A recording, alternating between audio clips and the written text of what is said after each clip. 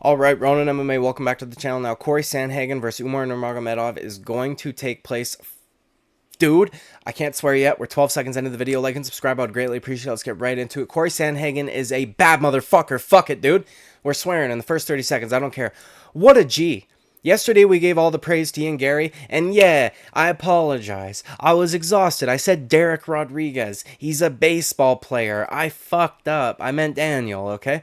Chill. Anyways, Cory Sandhagen deserves all the praise in the world. What a G for taking this fight. Umar Nurmagomedov is getting a huge opportunity. I'm not going to necessarily give him as much praise as I did even Jeff Neal, because taking Ian Gary on for Jeff Neal is very risky. Taking Cory Sandhagen on for Umar Nurmagomedov I don't think is that risky, because one, stylistically on paper, Cory Sandhagen makes all the sense in the world for Umar Nurmagomedov to be a kind of guy that he wants to fight. Number two, he's getting to jump the fucking queue. He's getting a big step up, and he's been asking for it, and he says everybody else is ducking him, so whatever. Anyways, Cory Sandhagen, bad man, bad man. Because if Umar Nurmagomedov is not lying and people truly are ducking him, then Cory Sandhagen is a beast, and he's done this now on multiple occasions. He gave Song Yadong an opportunity, right? Cory Sandhagen's been ranked at the very top of this division for a very long time.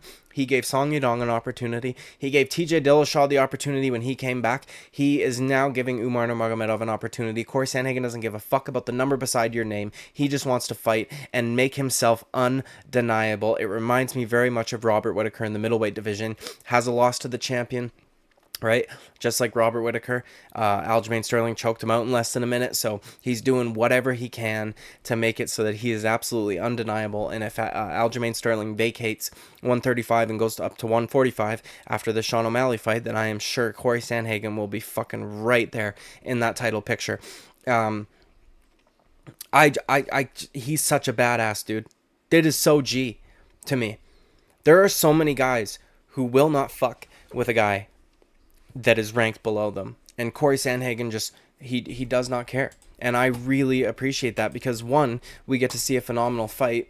Two, we get to find out whether or not Umar Nurmagomedov is for real, which I think he's pretty damn good. But it's just so gangster, man. I love when guys don't say no to fights. You know what I mean? He's ranked number 4. Umar Nurmagomedov is ranked 11. This is very similar to Petr Yan giving Sean O'Malley a chance in Abu Dhabi, which was very gangster of Petr Yan to do at that time also. If I had to guess right now initially, I would actually lean Cory Sandhagen, and I might even lean him pretty heavily, and I might even say that he'd finish Umar Nurmagomedov. Cory Sandhagen seems to have really found the right place mentally and physically. He's a fucking assassin. He looked phenomenal against Marlon Chito Vera. And what I could potentially see happening is the same way he made that crazy read on Frankie Edgar, which led to the nasty flying knee, right? That Chris Gutierrez ended up copying in his fight with Frankie Edgar also, because Cory Sandhagen kind of showed us what was available. Chito Vera showed us he was up the middle was a liability for Frankie Edgar. Cory Sandhagen showed us just jump knee him.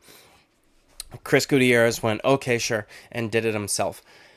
I could see Cory Sandhagen drilling for a very specific moment. I could see Cory Sandhagen drilling for when Umar Nurmagomedov drops levels, and I could see him catching a fucking nasty knee because of it, or an uppercut, or something of that nature. The reason why I had picked Marlon Chito Vera to beat Cory Sandhagen, which was an oversight, was because I said Cory Sandhagen's style appears as though he is very elusive, but to me, it's a bit of a... It's like an illusion, or it was. The reason why I said that was because while he moves around a lot, sticks and moves, stays on the outside, if you look at some of his fights, like Petr Yan, like TJ Dillashaw, he had taken a ton of damage. Like a ton. So I thought, well, he looks like he's elusive. His style appears like it would be, but it's an illusion. He gets hit quite a bit. He got dropped by Petr Yan, you know what I mean? He took a lot of damage in the Dillashaw fight, which I did think he won, but he still took a lot of damage. So I thought that, well, Chito will be able to catch him at least once throughout that 25 minutes, because he's not as elusive as he looks. He has matched, though, now the elusiveness with the appearance of the elusiveness, at least in my opinion, or at the very least in that Marlon Chito Vera fight, and even in the Song Yudong fight. He looked phenomenal, man. I mean, he barely got touched. Whichever judge scored that fight for Marlon Chito Vera should be thrown from a fucking building in Saudi Arabia. I don't know what's up with him, but you know, I don't see Umar Nurmagomedov having an easy time closing the distance to be able to change levels on Cory Sandhagen. Pardon me, dude, I'm fucking stuttering. And I don't think that he's gonna have an easy time striking with Cory Sandhagen, because Cory Sandhagen is not like the guys who he has fought up until now, right? Like, his last performance, while was a stellar KO and was very cool to watch and was very cool to see, especially from a guy who we see grapple a lot of times, Cory Sandhagen is not Raoni Barcelos. Okay? He's just not. And he's also not any of the guys. Umar Nurmagomedov has only fought 4 guys that have a Wikipedia. One of them's Raoni Barcelos, one of them's Brian Kelleher, one of them's Sergey Morozov, and the other one's Nate Maness. So ever since he's gotten into the UFC, now his guys have a Wikipedia page, which means you've made it officially, right? There's even UFC fighters who don't have Wikipedias, and you have to find their stuff on Tapology. But I just see Cory Sandhagen being able to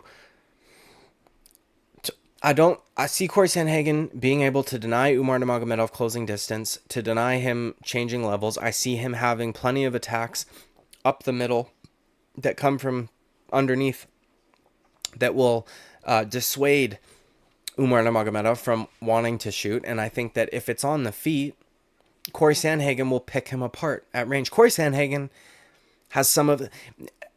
While I didn't think his elusiveness was as good as it appeared to be, which I do think it is now, there are certain things that he does that are just stunning. I remember there's this one combination in particular, and I think it was against Marlon Moraes.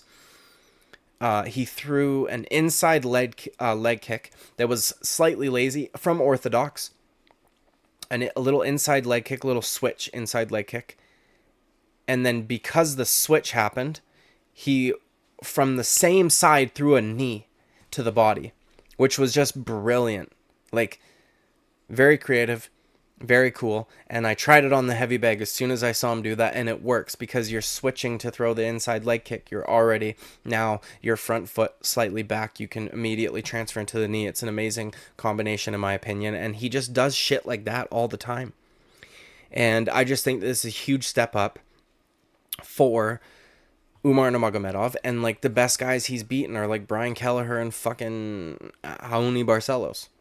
And I just think Cory Sandhagen is on a whole nother level. So I don't see him having an easy time with implementing any game plan he wants to.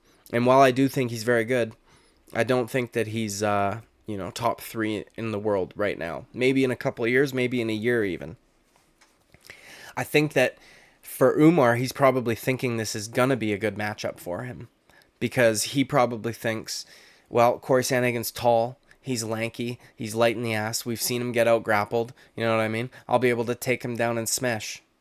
And I just don't think, I think he's going to be met with quite a bit of resistance. So anyways, dude, let me know what you guys think down in the comments below. Like and subscribe, I'd greatly appreciate it, bro. I'll see you in the next video. Bye-bye.